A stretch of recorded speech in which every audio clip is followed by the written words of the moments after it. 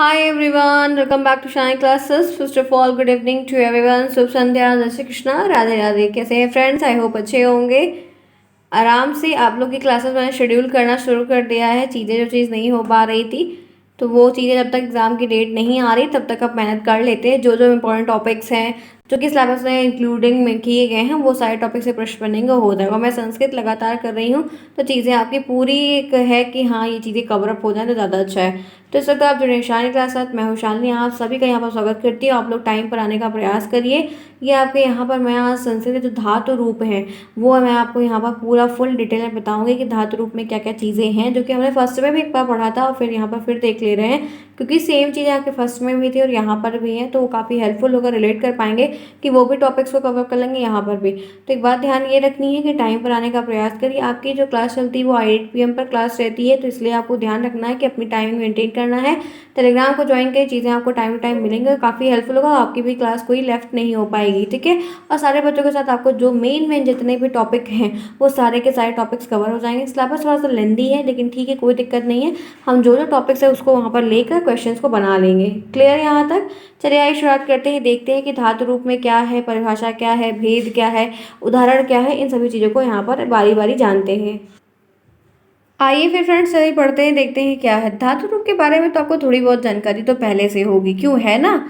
अब देखते हैं यहाँ पर चीज़ें क्या क्या दी गई हैं। तो यहाँ पर बात करते हैं कि देखिए सबसे पहले जानेंगे थोड़ा थोड़ा क्या परिभाषा है, धातु रूप क्या होता है, धातु किसे कहते हैं। ऐसे प्रश्न आपको लिखने को एक नंबर के आ सकते हैं, डेफिनेटली आ सकते हैं और आए भी हुए हैं। तो आप कह सकते हैं कि संस्कृत व्याकरण में, हम संस्कृत पढ़ रहे हैं तो संस्कृत व्याकरण कहलाएगा।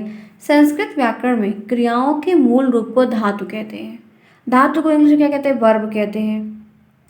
देख लीजिएगा ध्यान से, वर्ब कहलाता है। तो क्रियाओं के जो मूल रूप होते हैं, जो क्रियाओं का एकदम बेसिक रूप होता है जिससे धातुएं बनती हैं, वो वर्ब कहलाते हैं, धातु कहलाते हैं। तो क्रियाओं के मूल रूप को धातु कहते हैं। एक साधारण सी परिभाषा जो आप आसानी से लिख सकते हैं और आसानी से बता सकते हैं। धातु ही संस्कृत शब्दों के निर्माण का मूल तत्व होता है। तो धातुएं होती हैं जो संस्कृत शब्द बने हुए हैं, उनके निर्माण का मूल तत्व जो है वो धातु ही होती है और इन्हीं से वो निर्मित होते हैं। धातुओं के साथ उपसर्ग लगा होता है, प्रत्यय मिलता है, समासिक क्रियाएं के सभी शब्द लिंग सर्वनाम और क्रियाएं आदि बनाते हैं। धातुओं के साथ हम उपसर्ग जोड़कर, धातुओं के साथ हम प्रत्यय लगाकर, उसके साथ समासिक क्रियाओं के द्वारा और भी जो क्रियाएं इनके साथ है इनको हम जोड़कर एक वाक्य बनाते हैं, एक शब्द या पदबंध वगैरह सब कुछ बनाते हैं। तो क्रियाओं के जो मूल रूप होते हैं उनको हम धातु कहते हैं।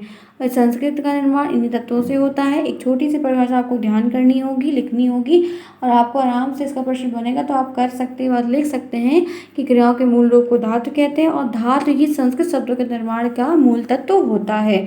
इतना आप बताइए और इतना आप लिखिए, आपका नंबर कोई नहीं काट सकता है। आगे बढ़ते हैं, इसी के साथ चलते हैं, देखते हैं। देखिए कुछ और बातें हैं। धातु शब्द स्वयं धा में 3 प्रत्यय जोड़ने से बना है। जैसे कि अभी हमने ऊपर पढ़ा कि हम धातु शब्द जब निर्मित कर रहे हैं, धातु शब्द जब बन रहा है तब उसमें चाहे उपसर्ग लगाकर बना रहे हैं या प्रत्यय लगाकर बना रहे हैं या कुछ समासिक क्रियाएं जो है उसके साथ जोड़कर उसका वाक्य शब्द शब्दांश सब कुछ बना रहे हैं, तो उसी तरीके से जो धातु शब्द है, जो धातु खुद का शब्द है, वो 3 प्रत्यय उसके साथ जोड़ा गया तब जाके वो धातु शब्द बना है। तो इस तरीके से बहुत सारे धातु शब्द होते हैं, आप कह सकते हैं बहुत ज़्यादा मात्रा में होते हैं। जैसे कि आप यहाँ पर देख सकते हैं भू धातु होता है, सथा धातु होता है, ज्ञा धातु होता है, युज होता है, गम होता है, पट होता है, मन होता है, दृश्य होता है, भू धू, बहुत सारे धातु रूप होते हैं। ये कह सकते हैं कि 1000-2000 बहुत सारे ज़्यादा मात्रा में धातु रूप होंगे जिनके धातु शब्द रूप बनते हैं और वो किसी न किसी प्रत्यय से, किसी न किसी उपसर्ग से निर्मित होते हैं। आगे बढ़ते हैं, इसी के साथ चलते हैं, देखते हैं नेक्स्ट यहाँ पर क्या है। धातु रूप के भेद। धातु रूप के कितने भेद होते हैं? आपको हो सकता है कि वस्तुनिष्ठ प्रश्न में टिक करने को आ जाए, कोई ज़रूरी नहीं है लेकिन आने की चांसेस ज़्यादा है। तो धातु शब्द को 3 भागों में बांटा गया है। मेन ध्यान रखना, 3 भाग में बांटा गया है। अब वो 3 भाग कौन कौन सा वो मैं बताऊंगी क्योंकि इम्पोर्टेंट है, आया हुआ प्रश्न है तो आपको परिभाषा पूछ ली गई है। तो 3 भागों में जो बांटा गया है वो पहला है परस्मय पद, ठीक है। पहला क्या है? पहला है परस्मय पद। अब आइए जानते हैं कि परस्मय पद होता क्या है। परस्मय पद क्या है?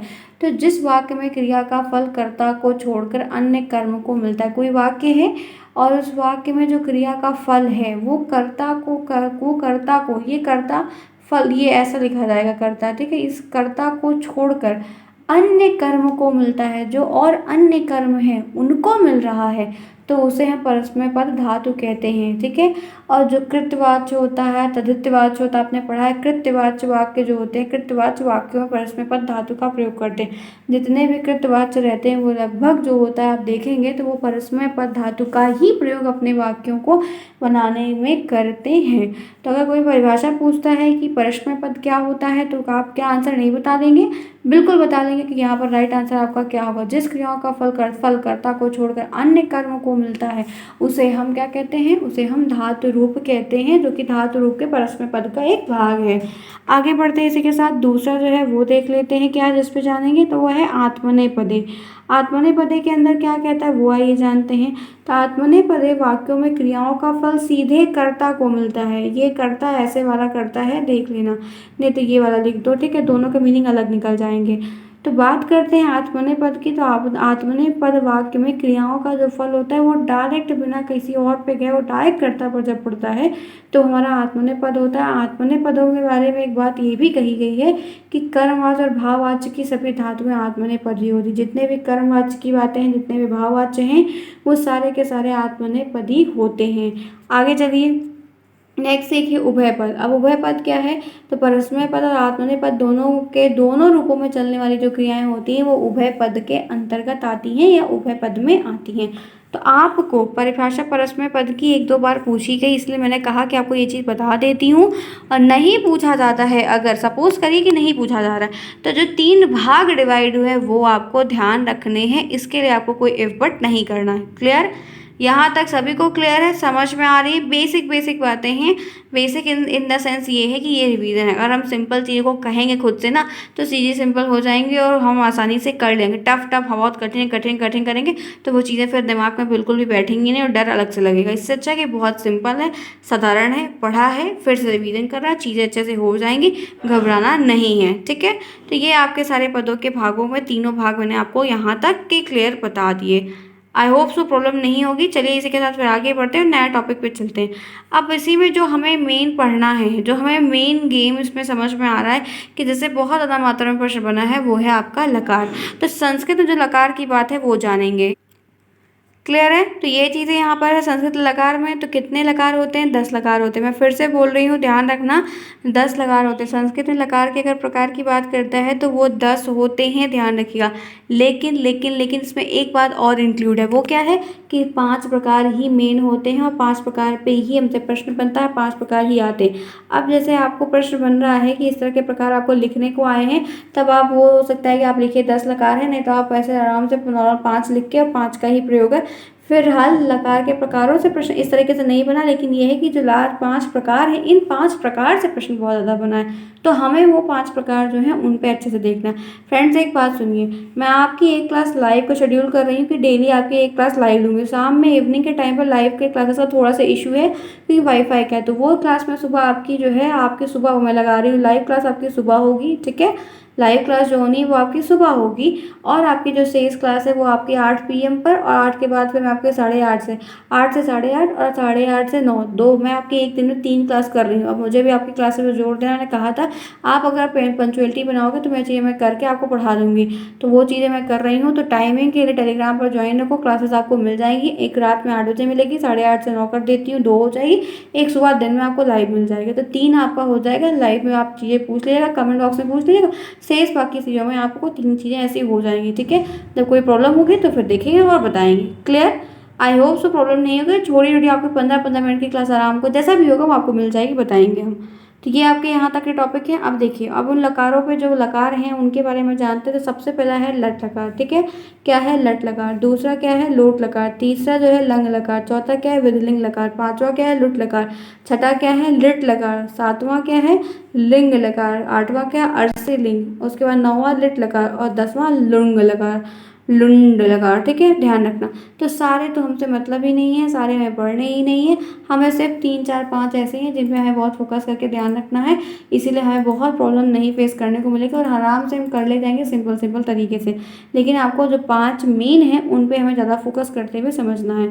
तो लट लकार का बहुत आता है, लोट लकार का, लंग लकार, विधिलिंग का बहुत आता है, तो ध्यान रखना, और आपका एक लिट लकार बहुत आता है। तो ये सारे 4 5 ऐसे हैं जो हमसे मेनली बार बार बहुत टाइम तक हमसे रिवीजन के तौर पर और बहुत अलग अलग तरीके से पूछे गए हैं। तो यहाँ पर इसीलिए मैंने आपको ये बताने का प्रयास किया कि इस तरीके से देख लो, और इस पर हमको धातु रूप में से बीच ये बोल देगा कि इसका लकार कौन सा है, इसके लिए आप बनाओ, इस पे बताओ, या लिट लकार, पट धातु का लिट लकार बताओ, पट धातु का लोट लकार बताओ। तो हमसे कई अलग अलग तरीके के प्रश्न हमेशा से बनते हैं। ठीक है, हम प्रश्न भी दिखाएंगे, बताएंगे, इसके लिए बहुत परेशान नहीं होना है। आगे आ जाओ। चलो अब एक एक के बारे में जानते हैं। जो लकार हैं, इन लकार में क्या चीज़ें हैं, लकार कौन कौन से हैं, ये सारी चीज़ें मैं आपको यहाँ पर क्लियर बताऊंगी। इसके लिए आप आराम से पहले पूरा वीडियो एंड तक देखिए, फिर कोई प्रॉब्लम होगी तो बताइएगा, हम एक बार रिवीजन फिर करवा देंगे। वैसे भी हम लोग महाभारतन किए थे सेकंड में ना, तो थर्ड में भी करेंगे, लेकिन वो आपको प्रॉपर तरीके से आना होगा, समझना होगा, फिर चीज़ें हो जाएंगी। चलो अब देखिए, बात कर लेते हैं। सबसे पहले जो लकार की बात आ रही है वो है हमारा लट लकार। लट लकार है तो लकार के साथ अगर आप काल याद रखेंगे तब आप चीज़ों को आसानी से कर ले जाएंगे, क्योंकि हमें काल से ज़्यादा याद रहता है। जैसे लट लकार का मतलब क्या है, वर्तमान काल। ठीक है, कहेगा कि प्रश्न बनेगा कि पट धातु के लट लकार के बहुवचन का रूप लिखिए, तो आपको बहुवचन का ही रूप लिखना होगा तीनों पुरुषों का। तो पुरुष भी ध्यान रखना है, वचन भी ध्यान रखना है, विभक्ति भी ध्यान रखना है। तो आपको ये सारी चीज़ें आपको समझ में आनी चाहिए, धीरे धीरे करके आप समझोगे तो चीज़ें कर ले जाओगे। तो क्या कह रहा है कि लट लकार वर्तमान काल। ठीक है, तो ये पूछ लेता है कभी कभी कि लट लकार कौन सा काल होता है या कौन सा काल किस लकार में आ रहा है। तो अगर लट लकार की बात कर रहा है तो यानी कि आपको समझ जाना है कि वर्तमान काल की बात आपसे कर रहा है। तो यह लकार वर्तमान काल के अर्थ को प्रदर्शित करते हैं। अगर लट लकार का प्रयोग हुआ है तो वहाँ पर वर्तमान काल होगा। आइए आगे बढ़ते इसी के साथ बात कर लेते हैं लंग लकार। अब लंग लकार का मतलब क्या है, भूतकाल। ठीक है, लंग लकार का मतलब क्या है, भूतकाल। लट लकार वर्तमान काल, लंग लकार भूतकाल, ये आपको बिल्कुल नहीं भूलना है। तो यानी कि भूतकाल में किए गए कार्य के लिए हम इस लकार का, अगर हमें कोई काम भूतकाल का है तो हमें भूतकाल की बातें बतानी या प्रदर्शित करनी है, कुछ भी करना है तो वहाँ पर हम इनका प्रयोग करते हैं। ठीक है, ध्यान रखिएगा फ्रेंड्स, बहुत सिंपल तरीके से मैं आपको बता रही हूँ। आगे बढ़ते हैं इसी के साथ, देखते हैं नेक्स्ट क्या है। तो नेक्स्ट है लिट लकार। लिट लकार का मतलब क्या है, भविष्यत काल। वर्तमान काल, भूतकाल और भविष्य काल, ये 3 काल हैं, इन्हीं कालों पर चीज़ें बनती हैं। तो भविष्य काल में होने वाले कार्यों के लिए हम किस लकार का प्रयोग करते हैं, तो लिट लकार का। यही आपको एक प्रश्न बन जाता है कि भविष्य के काल में जहाँ पर भविष्य काल का प्रयोग हो रहा है और उनके कोई कार्यों को प्रदर्शित करना है तो हम किस लकार का प्रयोग करें, तो आपको लिट लकार वहाँ पर बताना होगा। आगे बढ़ते इसी के साथ बात करते हैं लोट लकार की। तो यहाँ पर क्या है, आज्ञा के अर्थ में। लोट लकार में क्या है, आज्ञा के अर्थ में। आज्ञा या आदेश संबंधित कथन को व्यक्त करने के लिए लोट लकार का प्रयोग किया जाता है। कोई आज्ञा है, कोई आदेश है या कोई कथन है, उसको हमको व्यक्त करना है, बताना है, तो हम वहाँ पर लोट लकार का प्रयोग करते हैं। एक बात और, वो क्या है कि लोट लकार के साथ आज्ञा के अर्थ में लोट लकार का मतलब है, तो ये थोड़ा सा ध्यान आपको रखना होगा। तो ये चीज़ें आपके लिए आसान हो जाएगी, क्योंकि कभी कभी इनके अर्थ वाली जो बात है वो आपसे ऑब्जेक्टिव में पूछी गई है, तो हो सकता है कि आ जाए। ठीक है, बात है नेक्स्ट यहाँ पर है विधिलिंग लकार। विधिलिंग लकार का मतलब है कि चाहिए के अर्थ में। ये जो अर्थ है ये आपके ऑब्जेक्टिव में पूछा गया है दोनों का, तो इसीलिए ये दोनों बिल्कुल भी भूलिएगा नहीं, इंपॉर्टेंट है। तो यहाँ पर क्या कि सलाह है या परामर्श देने के लिए हम विधिलिंग लकार का प्रयोग करें। कहीं सलाह देनी है, कहीं परामर्श देना है या कहीं और बात कहनी है, तो वहाँ पर हम विधिलिंग लकार का सामान्यतः प्रयोग करते हैं। परामर्श के केस में, समझाने के केस में, बताने के केस में, इस तरीके से हमको कई सारी चीज़ों को ध्यान में रखना होगा। तो फ्रेंड्स ये आपके ऑब्जेक्टिव क्वेश्चंस में बनता है और बहुत बार आया है, इसलिए आप ये बात सोचिएगा कि नहीं प्रश्न बनेगा। इस तरह से दोनों के अर्थों में पूछा गया, तो फर्स्ट के लिए भी बढ़िया रहेगा आपके। फर्स्ट में तो आपने देखा ही था, थर्ड के लिए भी काफ़ी ज़्यादा हेल्पफुल होगा। ठीक है, चलिए, तो ये चीज़ मैंने आपको यहाँ पर बता दी, तो ये ध्यान रखना है। अभी आज जितना पढ़ाना था वो मैंने पढ़ाया, 3 4 मैंने क्वेश्चन इसी से संबंधित टॉपिक पे क्वेश्चंस लिया है। तो पहले क्या पढ़ाया वो देख लो। तो आज की इस क्लास में मैंने आपको धातु रूप की शुरुआत की। अभी धातु रूप खत्म नहीं हुआ, धातु रूप अभी और बड़ा है, आराम से बताऊंगी, एक एक स्टेप में बताऊंगी। तो ये संस्कृत में धातु रूप है। धातु रूप की मैंने आज की इस क्लास में आपको परिभाषा से बताया कि परिभाषा क्या होती है। परिभाषा के बाद मैंने आपको कुछ और धातुओं रूप के उदाहरण दिए कि धातु रूप की ये धातु रूप के उदाहरण होते हैं। फिर मैंने आपको धातु रूप के तीनों भेद बताया, तीनों भेद की व्याख्या की है, उसको एक्सप्लेन किया कि वो तीनों धातु रूप क्या होते हैं वो बताया। उसके बाद मैंने आपको लकार के टॉपिक भी लेके गई और लकार के टॉपिक को मैंने आपको यहाँ पर बताया कि लकार के टॉपिक में क्या क्या बातें आपको आ सकती हैं या क्या इंपॉर्टेंट है। 10 प्रकार के लकार होते हैं, 5 ही इंपॉर्टेंट होते हैं तो हमसे पूछे जाते हैं, 5 पे ही हमको पढ़ना और 5 पे ही हमको कार्य करना है। तो ये बातें मैंने आपको बताई। कौन सा लकार किस काल में आता है वो भी मैंने आपको यहाँ पर इसी क्लास में क्लियर कर दिया कि आपको ये चीज़ ध्यान रखनी है, उससे आपके बहुविकल्पी प्रश्न हमेशा से बने हुए हैं। ठीक है, तो ये हो गया। अब चलते हैं, कुछ प्रश्न हैं उस प्रश्न को कर लेते हैं ताकि हमारी चीज़ें थोड़ी सी और आसान हमें हो जाएंगी। देखिए, चलिए देखते हैं। पहला प्रश्न है कि संस्कृत भाषा में धातु रूप क्या है। यही प्रश्न आपको बनेगा 1 नंबर में। आप लिखेंगे संस्कृत शब्द के निर्माण में धातु मूल तत्व की तरह ही कार्य करते हैं या संस्कृत व्याकरण में क्रियाओं के मूल रूप होते हैं। बस इतना लिखना ही आपको है और इतना बताना ही आपको, इससे ज़्यादा आपको ना बताने की ज़रूरत है और ना ही कुछ और लिखना। इतना 1 नंबर पाने के लिए इनफ है आपके लिए। ठीक है, नेक्स्ट क्वेश्चन देखिए, संस्कृत भाषा की लिपि कौन सी है। संस्कृत भाषा की जो लिपि है वो कौन सी, जरा बताइए आप सभी कि क्या लिखेंगे इसका राइट आंसर। संस्कृत भाषा की लिपि में आप क्या आंसर राइट करेंगे कि क्या होती है इसकी लिपि। तो राइट आंसर आप लिखेंगे कि आधुनिक युग में संस्कृत भाषा देवनागरी लिपि के साथ इसका विशेष संबंध था, जोड़ा भी गया। हालांकि हम ये कह सकते हैं कि संस्कृत भाषा को कोई अन्य लिपियों में भी लिखा गया है और हालांकि ये भी लिखा भी जा रहा है, ये नहीं कि वही चीज़ हो उतनी हो ही गई है, लेकिन विशेष रूप से देवनागरी लिपि का ही प्रयोग किया जाता है और एक ही चिन्ह है, वो है क्या है हमारा देवनागरी लिपि, जिसके लिए एक ही ध्वनि होती। तो कभी कभी आपको पता है कि देवनागरी लिपि की जो विशेषताएं हैं वो भी पूछता है, लेकिन शायद इस बार ना पूछे, क्योंकि मे भी अगर आ जाए तो 1-2 आप वहाँ पर लिख सकते हैं। नेक्स्ट देखिए क्या है, संस्कृत धातु में रूप कितने प्रकार के होते हैं। धातु रूप कितने प्रकार के होते हैं। जब भी कभी आपको प्रकार पूछे लिखने को आए, आपको लिखना होगा कि 10 प्रकार के होते हैं कुल मिलाकर। तो देखिए लट लुट लिट लोट लंग लिंग लिंग, तो जितना आपको याद रहे उतना आपको पूरा वहाँ पर लिख देना। 10 प्रकार हैं, 10 के नाम याद करो, लेकिन आएंगे 5 ही पे आपको धातु रूप देखना है। नेक्स्ट देखिए, संस्कृत भाषा में धातु रूप कितने भागों में बांटा गया। 3 भागों में, परस्मैपद है, आत्मनेपद है और उभयपद है। ठीक है, तो ये आपके प्रकार थे। मैंने 4 क्वेश्चन, ये जितना टॉपिक बनाया था इस पर 4 क्वेश्चन अभी खत्म नहीं हुआ है। अभी कल मैं आपको धातु रूप के फिर टॉपिक बताऊंगी, जैसे आपको पट धातु, अस धातु, लिंग धातु, जो भी धातु हैं, जितनी भी भू धातुओं के बारे में जितना भी है, उस सारी धातु, उनके पुरुष, उनके जो वचन हैं, वो सारे पे टॉपिक पे करवाऊंगी। उस चीज़ों को आपको बताऊंगी कैसे याद करना है। तो चीज़ें आपको एक एक याद होंगी, फिर आपके जो भी प्रश्न बनेंगे वो आप कर ले जाएंगे। तो फ्रेंड्स, आज की क्लास में करती हूँ ओवर। लाइव क्लास हुई तो जिन्होंने नहीं देखा जरूर देख लें। कोई दिक्कत हो तो कमेंट बॉक्स में बताइए, डेली आने का प्रयास करिए। फिर से एक बार वही एनर्जी के साथ आइए जैसा सेकंड में किया, ताकि आपको एग्जाम थर्ड वाला भी अच्छे से हो जाए, सारी चीज़ें बढ़िया तरीके से हो जाए। मिलते हैं फिर नेक्स्ट में, तब तक के लिए take care, bye bye, see you soon, best of luck.